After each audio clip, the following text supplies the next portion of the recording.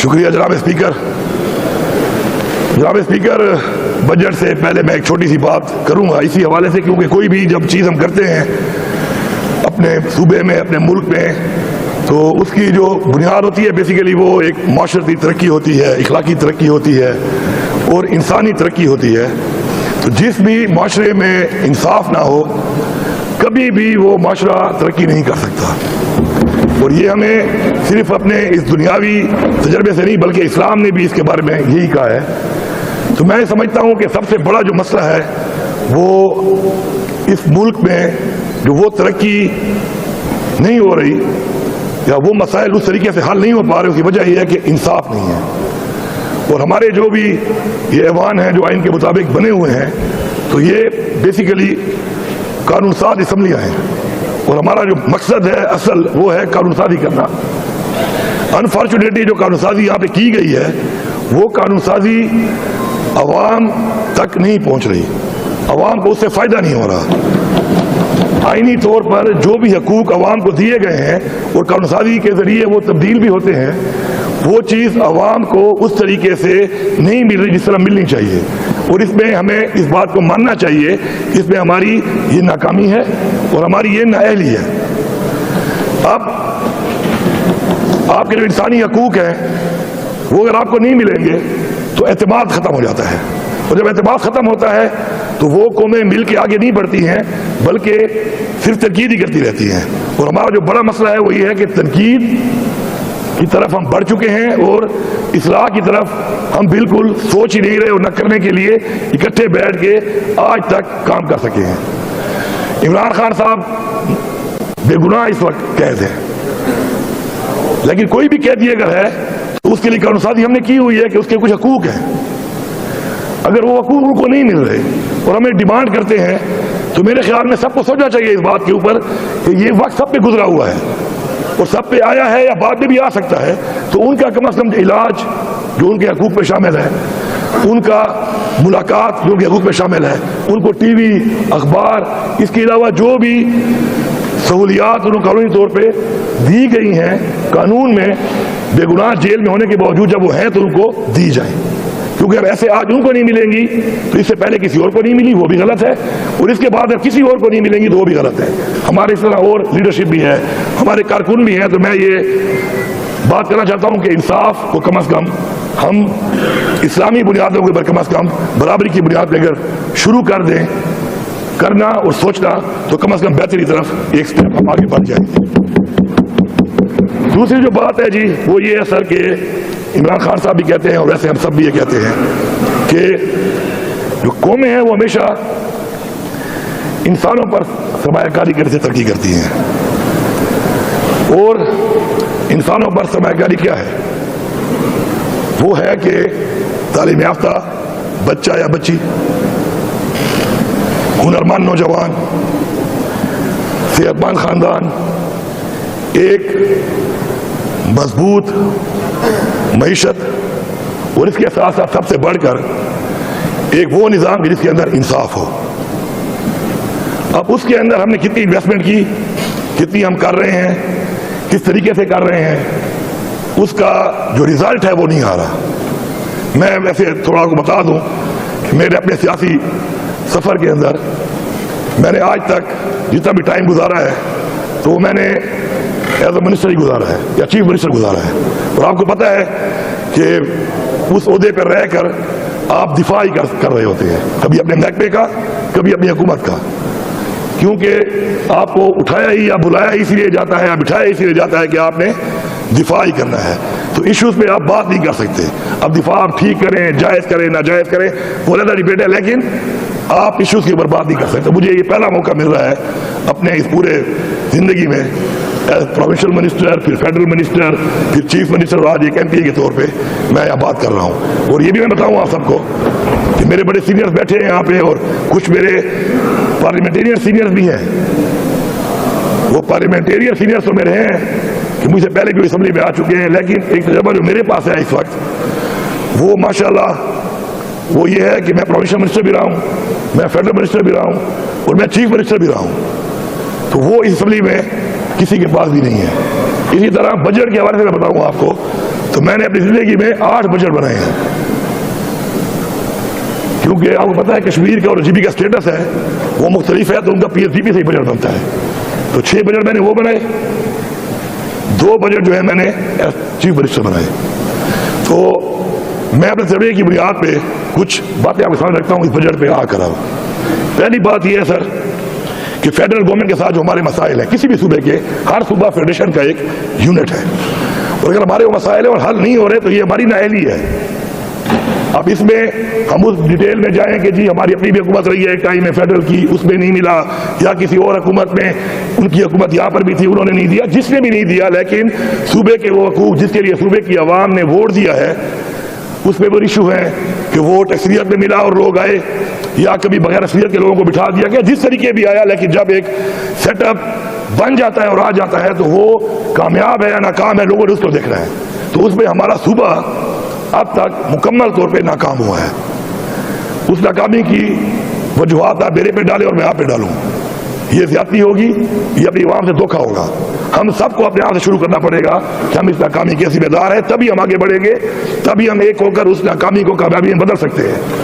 तो मैं समझता हूं कि जो हमारा NHP के जो हमारे पैसे हैं जो कि 2200 अरब से बढ़ चुके हैं अब तक, उसके ऊपर हमें अपना वो हक लेना चाहिए। हमने उसके लिए कोशिश की, एक दफा में मिले भी सही, हमारी एक हुकूमत के दरमियान में मिले, उसमें थोड़े मिले, ज्यादा मिले, फिर दोबारा हमने कोशिश की, उसमें कमेटी बनी हुई है। अब उस कमेटी के ऊपर मीटिंग्स करके कि कुछ न किसी रास्ते की तरफ फेडरल गवर्नमेंट को भी ये देखते हुए कि अगर पूरे पैसे नहीं दे सकते, किसी तरह भी मैनेज करके सूबे का हक समझते हुए, इंसाफ करते हुए देने चाहिए, चाहे एक साथ में ही क्यों ना हो, लेकिन बिल्कुल ही निगलेक्ट करना, रिजेक्ट करना, मेरे ख्याल में फिर वही अदम एतमाद बच जाता है, और वो फिर तरक्की की तरफ जाना या एक साथ बैठ के कोई मसले का हल, नीयत को सोचना जो है वो सामने नहीं आता।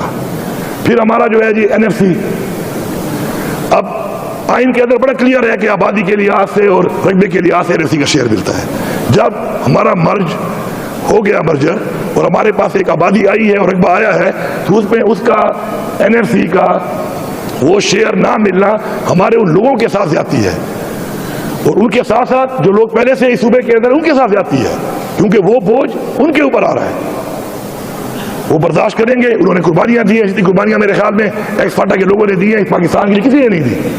हम उनके साथ मुकम्मल ताउन करेंगे, लेकिन उनका हक ना देना मजीद सवालात पैदा करना है, मजीद एक अदम एतमाद उनके दिल में आने के लिए एक राह हमवार करनी है, जो कि हमें नहीं करनी चाहिए।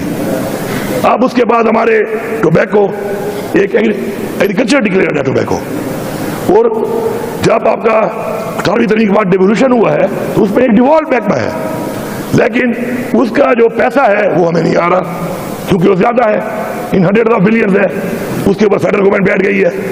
तो फिर कह दो कि यार एग्रीकल्चर या तो ज़राअत नहीं है, फसल नहीं है, और या फिर आपने जो डेवोल्यूशन की है, डिवॉल्व किया एग्रीकल्चर को, तो KPK के लिए वो नहीं है, इस महकमे की हद तक वो नहीं है। फिर इस तरह हमारी रॉयल्टीज जो हमें मिलनी होती है, अगर वो हमें नहीं मिलती पूरी, तो ये एक ज्यादती है, और इस ज्यादती का अजाला करने के लिए अभी तक जो हम नहीं कर सके, और हम यही बातें करते रहे कि जी नहीं कर सके, तो क्या वजूहात है कि नहीं कर सके। एक बात इसमें होनी चाहिए कि हम क्या करें कि हमें ये मिल जाएगा। तो अगर हम इस पे सोच लें तो फिर हमारे बजट की कमियां खामियां हैं वो भी कम होंगी, और हमारे सूबे के हमारे अवाम के मसाइल हैं वो भी कम होंगे। अब मैं यहाँ पे एक रिक्वेस्ट आपको करूंगा कि हम कहते हैं महंगाई बहुत ज्यादा हुई है, महंगाई बहुत ज्यादा हुई है, फिगर्स की हेर फेर में कुछ लोग शायद ना आए हों, उनको घुमाया जा सकता है, लेकिन कम से कम मुझे कोई नहीं घुमा सकता, क्योंकि मैं आपको बता चुका हूँ तजुर्बा अपना, तो माशाल्लाह काफी बड़ा तजुर्बा है। ये घुमाने वाला काम शायद मैंने भी किया हो, कई दफा मैं ऐसे उहदों पे रहा हूं कि जब मैं खुद ये काम करता रहा हूं तो घुमाने वाला काम मैंने भी किया है, प्रैक्टिस के भाई घुमा फिरा के अगलों को समझ ही ना है, तो मुझे कोई घुमा फिरा नहीं सकता, ठीक है। तो मैं ये कहूंगा कि हम कहते हैं कि महंगाई सबसे ज्यादा हुई है इस हुकूमत में, चाहे हम तनकीद करते हैं, चाहे कितनी रियलिटी है, चाहे नहीं है, जो रीजनल हालात हैं इस वक्त, जो स्ट्रेटेजिक हमारी सिचुएशन है पाकिस्तान की, उसके मुताबिक जो हमारे बॉर्डर्स के हालात हैं, उनसे भारत हम कहते हैं कि महंगाई बहुत ज्यादा हुई है। तो मैं समझता हूँ कि देखिए आपकी जो सरकारी मुलाजमीन है टॉप से लेकर नीचे तक, वही आपकी टीम है। अगर वो आपके साथ ना हो, वो सही काम ना करें, आप कुछ नहीं कर सकते। आपने तो विजन देना है, उस विजन को इंप्लीमेंट उन ऑफिसर्स बैठ के उन्होंने करना है। तो मैं समझता हूं, मेरी रिक्वेस्ट है कि आज से कई सालों तक से पहले अब तक कभी भी 10% से कम तनख्वाह नहीं बढ़ाई गई, और पेंशन ज्यादा भी बढ़ी है। और आज हम जब दावा कर रहे हैं कि जी बहुत ज्यादा महंगाई हुई है, तो मेरी रिक्वेस्ट होगी कि 7% की बजाय तनख्वाह और पेंशन जो है वो 10% बढ़ा दी जाए। बेशक इसमें कोई डेवलपमेंट कट लग जाए, कोई मसला नहीं है, लेकिन अगर आपके ये लोग आपसे मुतमईन नहीं होंगे, ये लोग पुरसकून नहीं होंगे, ये लोग आराम से अपने काम पे फोकस करने के बजाय अपनी फैमिलीज के लिए परेशान होंगे, तो आपका नीचे लेवल तक, ग्रास रूट लेवल तक डिलीवर करना बजट को, इवन डेवलपमेंट को और गवर्नेंस को ना मुमकिन है। मैं ये समझता हूं, तो मेरी ये रिक्वेस्ट है। इसके अलावा थोड़ा सा मैं ये जो बात अबू हुसैन लीडर साहब ने की है उसके ऊपर बाकी जवाब तो खुद दे देंगे, लेकिन एक दो बातों का मैं हवाला देता हूं कि जो इन्होंने बात की है थ्रो फॉरवर्ड की, बिल्कुल ये बात ठीक है कि इस थ्रो फॉरवर्ड से नुकसान होता है अवाम के टैक्स के पैसे का। मैं इसे पहले भी जिक्र कर चुका हूं कि 2010 से लेकर 2024 तक इसी तरह थ्रो फॉरवर्ड की वजह से, और फिर जाहिर बात है जब स्कीम ज्यादा होती है तो एक्सेलेशन होती है, रिविजन होती है, महंगाई की वजह से उनका रेट बढ़ता है। हम तकरीबन 19 स्कीमों को मुकम्मल करने पे 400 अरब से ज्यादा नुकसान कर चुके हैं। काम उतना ही हुआ है, लेकिन अवाम का 400 अरब ज्यादा लगा है, क्योंकि उस टाइम में एक्सेलेशन और रिविजन और महंगाई की वजह से जो कॉस्ट आई है। तो अब जो इस वक्त के हालात हैं, इन हालात में मैं ये समझता हूं कि थ्रो फॉरवर्ड बहुत आगे जा चुका है। 13.5 साल का थ्रो फॉरवर्ड हमें मिला था जब हमने 2024 में जहां हुकूमत बनाई थी। पहले साल कई MPA की नाराजगी हमने मोल ली, समझाया इनको कि भाई इससे थ्रो फॉरवर्ड के साथ कोई फायदा नहीं है, कि आप जब तक आवाम को किसी भी आपके प्रोजेक्ट से सहूलत नहीं मिलेगी उस प्रोजेक्ट का कोई फायदा नहीं है कि वो शुरू हो। वो शुरू होने के बाद जब मुकम्मल नहीं होता तो आप पे तरकीब भी होती है, और बाकी वो पैसा ज़ाया हो रहा है टैक्स पेयर बनी, कि आपको फैसिलिटेशन ही नहीं मिल रही उसे। जब फैसिलिटेशन मिलेगी उसको आप कहेंगे प्रोजेक्ट। बाकी तख्ती मैं शुरू करूंगा, ये लगाएगा, वो शुरू करेगा, ये लगाएगा, ये शुरू करेगा, कोई और लगाएगा, ये चलता रहता है। और लोग जब कभी अस्पताल में जाते हैं, उनका मरीज होता है, खुदाई कसम तख्तियां नहीं पढ़ते वो कि तख्ती किसे लगाई थी, वो उस वक्त देखता है कि मेरे मरीज का इलाज हो जाए। ये अपनी तख्ती में हम ही खुश होते हैं। ये बड़े बड़े बैनर हम लगाते हैं ईद मुबारक के या किसी के, ये ज्यादा हम ही देख रहे होते हैं। अगला बंदा जो जा रहा होता है बेचारे के, पता नहीं घर का मसला होगा, कोई और मसला होगा, वो क्या हमारे बुछाड़े देखने के लिए घूम रहा है उधर, या तो घर में कोई परेशानी ना हो, या बड़ा ही पसंद करता हो कि हमारा बुछाड़ा ढूंढे कहाँ पे है वो। तो मेरी अर्ज ये है कि इस थ्रो फॉरवर्ड के ऊपर आप दोबारा इसको देखें, और आप कोशिश करें कि जो भी स्कीमें आपकी प्रायोरिटी पे हैं उनको मुकम्मल करने के लिए इतनी एलोकेशन दें कि वो मुकम्मल हो। अब एक ऐसा रोड जो मेरा 20 साल में बनेगा, तो उसका जो पहला किलोमीटर है वो अगर 5 साल में बनेगा तो मुकम्मल होने तक वो तो खंडर बन चुका होगा। अब ऐसा कॉलेज कि जो हमने बनाना है, इसलिए रेंटेड स्कूल, रेंटेड बिल्डिंग हमने प्लान किया था कि हमें बच्चों को तालीम देनी है, तो हमें फौरन तालीम देने के लिए रेंट पे ले लें और शुरू कर दे, बाद में कॉलेज बनाएंगे। इस साल अब कॉलेज आ गए हैं, 14 कॉलेज आए हुए हैं। अब उनकी जो एलोकेशन है, तो मेरे ख्याल में जो आज बच्चे या बच्चियां जिनके लिए कॉलेज बन रहा है, वो तो नहीं, शायद उनके बच्चे उस कॉलेज में पढ़ सकें। तो ये कोई मेरे ख्याल में कोई भी ऐसा प्लान नहीं है कि जिसके ऊपर कोई खुश होने के लिए ले ले और वो कहे कि मुझे बस मिल गया। अब 1000 पैकेज है, 200 अरब, अच्छी बात है, हमारे भाई हैं, मिलना चाहिए उनको, जिसको भी मिलता है मिले। किसी एरिया के अगर मिनिस्टर बनते हैं, चीफ मिनिस्टर बनता है, तो उस एरिया की उम्मीद भी होती है और हर एक को मौका मिलता रहता है, हक बनता है कि वो उस एरिया को डेवलप करे। लेकिन ये कोई तरीका नहीं है कि 200 अरब का पैकेज है और 4 अरब उसकी एलोकेशन है। अब मुझे आप बताएं कि 50 साल तो अगर न सरिया महंगा हो, न ईंट महंगी हो, न लेबर महंगी हो, न ही कोई और चीज महंगी हो, सीमेंट, बजरी, तो फिर भी इसको लगेंगे कितने साल? 50 साल। और मैं आपको बता रहा हूं 50 साल नहीं है ये, 50 साल एक्सेलेरेशन, रिविजन और महंगाई के बाद जो आपके MRS होंगे, ये जाएगा कम से कम 100 साल पे। अगर ऐसे ही फोकस किया जाए हजारा को, और ये मुकेगा जाकर 2000 अरब पे या शायद 20,000 अरब पे। वो कैलकुलेशन ये कर लें PND और ये वाली। तो मेहरबानी करें कि इसके ऊपर बैठे, क्योंकि अवाम ने अगर आपको वोट दिया है, अवाम ने अगर आपके ऊपर उम्मीद रखी हुई है, तो उसका आप तय्युन ऐसा करें कि आगे दौड़ पीछे छोड़ वाले काम से कोई फायदा नहीं होना। अब मुझे उम्मीद है कि इसके ऊपर बाकायदा तौर पर वर्किंग की जाएगी और कुछ प्रोजेक्ट को करना भी है तो कम करके कर लो, 50 अरब दे दो और 4 साल में मुका दो उनको, फिर कोई और भी दे देगा, बजाय ये करने के जो आप कर रहे हैं। दूसरा जो है, इसके अलावा एक आपका रेगुलर बजट है, वो चल रहा है, उसमें हम बड़े खुश होती मिल जाता। बाकी तफसील जो है वो आप लोग खुद पढ़ लें। आवाम से मैं कहूँगा कि आप भी कम अज़ कम अपनी चीज़ों को देखा करें, पढ़ा करें, आप देख लें, मेंबर्स देख लें, अपने हल्कों वाले देख लें और उसमें कैलकुलेट करके कोई अपना प्रपोजल दे दें इनको, ताकि ये उसको ऐसे मैनेज कर लें कि वो चीज़ें एक वो कहते हैं ना कि कम अज़ कम वो लगे कि उससे कोई फ़ायदा भी इस टाइम में हो जाएगा या जल्द अज जल्द हो जाएगा। अब हमारा एक्सफाटा हमारे ज़िले के बड़े करीब है, उनके अंदर अब मैंने देखा है कुछ ज़िलों का पैकेज है 2 अरब का सर, उसकी एलोकेशन 2 करोड़ रुपए है सर। अब 2 अरब के ऊपर 2 करोड़ की एलोकेशन में आप क्या करोगे? मतलब ये तो कहते हैं ना, वो सिर्फ आंखों में मिर्चें आप डाल रहे हो लोगों के। तो मेहरबानी करके मैं वहां से भी कहूंगा कि मेहरबानी करके आप जब कोई स्कीम के लिए शुक्रिया अदा करते हैं तो उस स्कीम का जरा आप देख लिया करें कि वो स्कीम है क्या। और आप भी जितने भी MPA साहिबान हैं, हम सब बशमूल मेरे, हमें ये चीज़ देखनी चाहिए कि क्या ये मेरे भले के लिए है या मेरे कल को मेरे ऊपर तनकीद या मेरे गले के अंदर फंदा बनेगा। तो उसके लिए कम दें, वो दें कि जिससे आवाम को जल्द सहूलत भी मिले। इसमें फिर बाकी डिटेलों में आप खुद चले जाएं और देख लें। मेरी रिक्वेस्ट होगी कि डिपार्टमेंट PND और फाइनेंस बैठें और इसके ऊपर एक वो जो हमारा एक प्रोग्राम था जिसे हमने शुरू किया था इमरान खान के विजन के मुताबिक कि 13.5 साल के थ्रो फॉरवर्ड को हम लाए पिछले बजट के बाद 5.5 साल पे, और वो non-ADP में चला गया अब 7.5 साल पे, और अब इसके बाद कोई स्कीमें 200 साल, कोई 100 साल, कोई 50 साल, तो एक एवरेज जो मेरे हिसाब में निकल रही है वो 25 साल से ऊपर ही है। मतलब 25 साल का मतलब है कि इसके बाद 5 और हुकूमतें अगर कुछ भी ना करें और एक्सप्रेशनों के साथ ये कितने गुना बढ़ेगा तो फिर भी ये आवाम को सहूलत मिल जाए तो बड़ी बात है। तो ये बड़ी एक सीरियस चीज़ है, इस पर हमें सोचना चाहिए और बात करनी चाहिए और इसको हल करना चाहिए। दूसरा जो है सर, जो स्कीमें पिछले साल बजट में रखी गई थी उसमें बशमूल आप सब बैठे थे, MPAs भी थे, MNAs भी थे, तहसील चेयरमैन को भी बुलाया गया था। इस साइड की बात कर रहा हूँ, आपकी नहीं कर रहा। मैं मानता हूँ इस बात में मैंने आपको फंड नहीं दिया, आप हमें नहीं देते फंड, वहाँ पे फेडरल में जब होते हैं मैंने आपको नहीं दिया, लेकिन आपके हल्कों में काम शुरू है। आपके हल्कों में जो भी कर रहा है काम कम अज़ कम आपके हल्कों में शुरू है, ज़्यादा है या कम है, मैं मान रहा हूँ। अब भाई मैं मान रहा हूँ, मेरी पॉलिसी थी,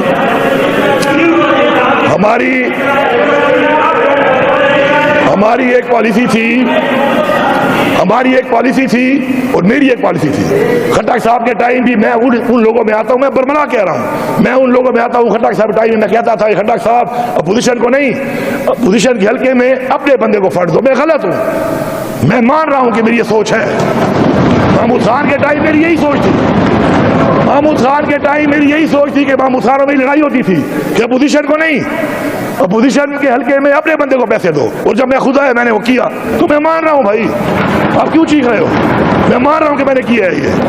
अब बात आती है सर, अब जो आपका रेगुलर इस साल की आपने बेहतरी करनी है और तरक्की देनी है उन महकमों को जो हमारे विजन के मुताबिक आवाम के लिए जरूरी है। तालीम, हमारा 50 लाख बच्चा बाहर है, हमारी पूरी कोशिश है कि 8-10 लाख को हम स्कूल में लाए भी सही, ये नहीं कंटिन्यूटी भी हो रही है। बहुत सी अच्छी चीज़ों की हमारी जो पहले हो रही थी हमने कंटिन्यू की, जो हमने की वो अब की जा रही है। तो मैं इसमें समझता हूँ कंटिन्यूटी अच्छी चीज़ों की हो रही है। लेकिन इस साल की जो इस साल के लिए है, देखिए बजट 1 साल के लिए बनता है, एक तो रेगुलर बजट है, आप कहते हैं इतना % बढ़ा दिया। इस साल के लिए आपने एलिमेंट्री एजुकेशन, आपने हायर एजुकेशन और IT जो इस वक्त दुनिया में एक ज़रूरत है, उनको टोटल जो आपने दिया है वो बजट का 5.9% है इस साल की तरक्की और बेहतरी के लिए। उसके बाद हम कहते हैं सेहत का बिल्कुल मैं समझता हूं कि सेहत में ये जो हेल्थ कार्ड है ये बहुत बड़ा रिलीफ है। इमरान खान साहब का विजन के मुताबिक एक बेहतरीन चीज चल रही है, लेकिन ये बंद हो गया था, हमने दोबारा 24 में शुरू किया और हमने इसमें देखा कि इसमें बहुत ज्यादा एब्यूज हो रहा है। तो कितने अरब रुपए का उसमें जब उसको थोड़ा मॉनिटर किया तो उसमें कितने अरब रुपए, बावजूद इसे कि 2 साल से पीछे एक डेडलॉक था, बंद था, तो मैक्सिमम ऑपरेशन हुए, लेकिन उसके पैसा नीचे आया। अब उसके लिए और पैसा रखा गया है, उसमें और फैसिलिटीज पहले भी डाली गई थी, अब मजीद भी डाली गई हैं। स्कीम का नाम जुअंदुन हो या जुअंदुन हो, कोई फर्क नहीं पड़ता, इसे कोई करे कोई फर्क नहीं पड़ता, लेकिन उसमें मजीद चीजों को डाला जाए और इसकी मॉनिटरिंग के लिए डिजिटाइज करना चाहिए इसको, ताकि ट्रांसपेरेंसी रहे अवाम के टैक्स पेयर मनी के ऊपर। इसमें बड़ी गुंजाइश है। साथ साथ ये फैसला हुआ था कि हम अपनी इंश्योरेंस कॉमेडी कंपनी क्यों ना बनाए, क्योंकि हम अरबों रुपए दे रहे हैं एक प्राइवेट कंपनी को, पैसा हमारा है। जब पैसा देना बंद करते हैं वो हेल्थ कार्ड बंद कर देते हैं। जब पैसा मैं दे रहा हूं तो मैं अरबों रुपए क्यों तो अपनी कंपनी बना के खुद क्यों ना करूं। तो मुझे उम्मीद है उसमें काम हो रहा होगा और अपनी कंपनी हमें बना देनी चाहिए। इसे 5 से 7 अरब रुपए हमें फायदा होगा साल का, जो हम उसमें मजीद लोगों के इलाज कर सकते हैं। फिर हमारे जो पोटेंशियल, हमारे जो भी सेक्टर्स हैं, हम बात तो करते हैं, काम नहीं करते उन पर, हमें करना चाहिए। हमारा मादनियात में हम कहते हैं कि जी मादनियात हमने मादनियात के लिए इस साल की तरक्की और बेहतरी के लिए 0.06% रखा है। एक वो सेक्टर जिसको हम समझते हैं कि पूरे सूबे की बैकबोन बन सकता है, बल्कि पूरे पाकिस्तान की बैकबोन बन सकता है, उसकी तरक्की और बेहतरी के लिए इस साल पैसे कितने रखे हैं? 0.06%। सियाहत हमारा एक और पोटेंशियल, करोड़ों लोग यहाँ पे आते हैं, लाखों लोग डायरेक्ट और इनडायरेक्ट इसके साथ मुंसलिक है। सियाहत के अंदर हमने रखा है जी 1.39% इस साल। अब इसको कंफ्यूज ना करना, ये रेगुलर जो चल रहा है तनख्वाहें, पेंशन और बाकी खर्चों के अलावा इस साल की बेहतरी के लिए है। उसके बाद ज़राअत से तो फूड सिक्योरिटी सबसे बड़ा इशू है इस वक्त। अब ज़राअत भी है, लाइफ स्टॉक भी है, और लाइफ स्टॉक के साथ साथ इसमें फिशरीज भी है, वाटर मैनेजमेंट भी है। अब इससे हमारा 40% लोग डायरेक्ट मुंसलिक हैं, और जो इंडस्ट्री के साथ मुंसलिक हैं वो मिला के सूबे की 60% ऑफ द पॉपुलेशन ज़राअत के साथ मुंसलिक है। उनके लिए इस साल हमने रखा है टोटल इन सब के लिए 5.5%। उसके बाद अपाशी, जाहिर बात है, अपाशी में जब आप अपाशी करेंगे तो और ज़राअत आगे बढ़ेगी और फूड सिक्योरिटी का मसला हल करेगी। अपाशी के लिए टोटल रखा गया है वो है 4.6%। तो मैं समझता हूं कि इन सेक्टर्स के अंदर जो आपके पोटेंशियल हैं और आपने पांव पे खड़ा होना है, सेल्फ सस्टेनेबल होना है, तो इनके ऊपर थोड़ी इन्वेस्टमेंट ज्यादा करनी चाहिए। उसके बाद आपका जो पिछले साल जो हमारा साल था उसमें हमने 441 स्कीम्स को कंप्लीट किया था, इसीलिए कि एक प्लान था कि यार लोगों को सहूलत मिलना शुरू हो जाए। 441 स्कीम्स कंप्लीट की थी। इस साल 400 स्कीमें और रखी गई थी जिन्होंने कंप्लीट होना था। उनकी एलोकेशन यहीं पे जो बजट में मंजूर होती है, एलोकेशन साथ मंजूर होती है, वो मंजूर हुई। अब देखें असम्बली का भी एक इस्तेहकाक है और एक पावर भी होती है बंदे के पास। अब पावर तो बहुत चीजों की ऐसी है कि जो इस्तेमाल होती है हमारे खिलाफ, तो हम चीखते हैं कि यार क्यों हुई है, लेकिन होती है। हर पावर इस्तेमाल करने के लिए नहीं होती। अब उन स्कीमों में या किसी भी स्कीम में जो डिलीट हुई पड़ी है, किसी की भी, किसी असम्बली ने उसको मंजूर किया है, जब असम्बली ने उसको मंजूर किया है, उसकी एलोकेशन भी जो रखी गई है वो भी बजट में हाल उठा के हमने मंजूर की है, उसको खत्म करके वो पैसा कहीं और लगाना, ये इस्तेहकाक मजरूह करना है असम्बली का। आपके उसमें से 323 स्कीमें कंप्लीट करने के साथ 65 अरब रुपया जो उनके लिए रखा गया था, जो बाकी उन्हें कंप्लीट होना था, उसको उठाकर कहीं और लगा दिया गया। जहां भी लगाया अच्छी जगह पे लगाया होगा, ठीक है, लेकिन अब वो स्कीमें जो कंप्लीट नहीं हुई, अब वो आगे थ्रो फॉरवर्ड है, वो भी चली गई है। उसकी भी सहूलत लोगों को पिछले साल से अब मिलना शुरू होनी थी, वो नहीं मिलेगी, आगे मिलेगी। तो इन चीज़ों को थोड़ा सा प्लीज मैनेज कर लें। Financial management with planning and development, इस चीज़ को आप ठीक कर लें। बाकी जो कर्जे की बात की आपने, मैं दिफा के चौके नहीं खड़ा, लेकिन मैं एक बात कर दूं, 2 साल में हमने 1 रुपया कर्जा भी नहीं लिया। पिछले में मुझे मेरा सामने यहाँ बैठा हुआ है, 1 रुपया भी नहीं लिया। अब अगर कोई नया कर्जा लिया जा रहा है, किस लिए लिया जा रहा है, तो मेरी एक रिक्वेस्ट होगी, कर्जा आप उस चीज के लिए लें जिससे आपको रेवेन्यू आए। कर्जा आप उस चीज के लिए जो आपका इंटर प्रोविंशियल कोई मंसूबा हो। किसी एक डिस्ट्रिक्ट के मंसूबे के लिए कर्जा लेना, पूरे सूबे पे बोझ डालना जो है वो ज्यादती है सूबे की आवाम के साथ। उतारना तो उन्होंने टैक्स के साथ। हमने अपने टाइम में एंडोमेंट अकाउंट बनाया पहली दफ़ा पाकिस्तान की तारीख में। मुझे फ़ख्र है इस बात पे और मैं सलाम पेश करता हूँ टीम को और मुज़म्मिल असलम को, फाइनेंस को और बाकी टीम को कि हमने उसको 285 बिलियन तक पहुँचाया। उसके बाद जो हमारे टारगेट से और हमारे जो उसके लिए प्लान था वो ये था कि 5 सालों में जाएगा 1000 अरब तक।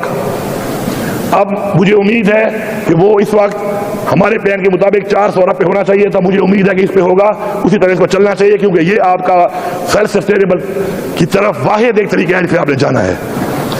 और इसके साथ साथ आखिरी बात जो मैं करूंगा वही है स्पीकर साहब कि देखें 12 तो मैंने बता दिया आपको कि मैं खुद मौजूद रहा यहाँ पर। इसके अलावा इससे पहले हम सुनते भी रहे और देखते भी रहे। आज तक इस मुल्क में कोई बजट ऐसा नहीं बना जिसको ये ना कहा गया हो कि ये काला बजट है, ये किसान खुश है, ये गरीब खुश है। आज तक तो मैं अवाम को पैगाम देता हूँ आपके जरिए, और अवाम का पैगाम देता हूँ अपने आप को अपने जरिए कि जिस अवाम को चाहे अक्सरियत है या चाहे अक्सरियत के बजाय अक्सरियत बगैर वालों को बिठा दिया जाता है, कुछ तो है ना। आज तक वो लोग मुत्तफिक होकर इतने ढाइयों में आपकी बेहतरी, तरक्की, खुशहाली के लिए इत्तेफाक नहीं कर सके, तो कैसे लोगों को भेज रहे हो आप? ये कैसे लोगों को आप भेज रहे हो कि जो आपकी बेहतरी, तरक्की और खुशहाली के लिए इतनी ढाइयों में आज तक मुत्तफिक ही नहीं हो सके? इस एक कमरे में बैठते हैं, चाय भी इकट्ठी पीते हैं, समोसा भी इकट्ठा खाते हैं, आलू वाला पकौड़ा भी मिल जाता है, पनीर वाला भी मिल जाता है आपके पास, शादियों में भी इकट्ठे घूम रहे हैं, बंद कमरों में और खुले कमरों में मुलाकातें भी कर रहे हैं, लेकिन अवाम के लिए इकट्ठा बैठकर आज तक मुत्तफिक नहीं हो सके, क्योंकि उससे अवाम की खुशहाली, तरक्की, अमन सब कुछ मुंसलिक है। तो हमें अवाम को भी सोचना चाहिए और हमें भी सोचना चाहिए कि हमारी ये कमजोरी है ना कि हम क्यों मुत्तफिक नहीं होते।